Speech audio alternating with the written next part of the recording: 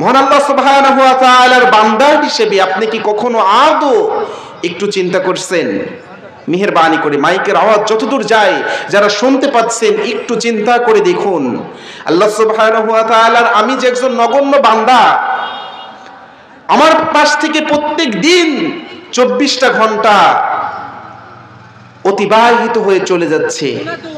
এই 24 ঘন্টার যখন ইশার সালাত আমি আপনি আদায় করি, একটা দিনও আমি আপনি কি বিছানায় পিঠ দেওয়ার পরে ভাবছি যে আজকে আমার মাঝখান থেকে যে 5টা ওয়াক্ত নামাজ চলে গেল?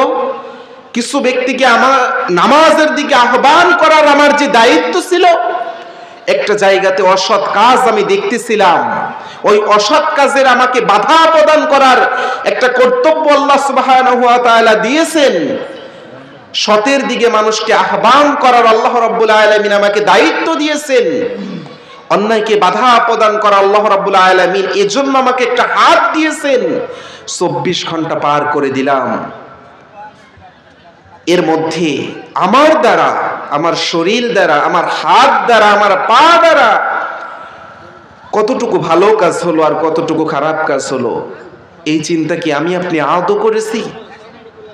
যদি আমি আপনি এতটুকু চিন্তা করতাম যে আমার জীবনের আজকের, অতীতের বিষয়গুলো বাদ, আজকের আমার চিন্তাটা যদি করতাম যে আজকে আমি 24 ঘন্টা পার করলাম, এই 24 ঘন্টার মধ্যে কয় ঘন্টা ভালো কাজ করলাম আর কয় ঘন্টা খারাপ কাজ করলাম, যদি আমার ভালো কাজের পরিমাণটা বেশি হয়ে যায়, মহান আল্লাহ সুবহানাহু ওয়া তাআলা আমার প্রতি রাজি এবং খুশি আছে।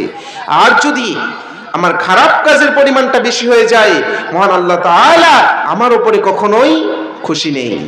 আমার চেষ্টা, আমার পরিশ্রম করতে হবে ওদিকে যে আল্লাহ তাআলা আপনার যতটুকু ভালো কাজ করেছে আজকে, আগামীকালকেও যেন এর থেকে বেশি পরিমাণ ভালো কাজ আমার দ্বারা সম্পাদন হয়, এটা চিন্তা ফিকির করতে হবে।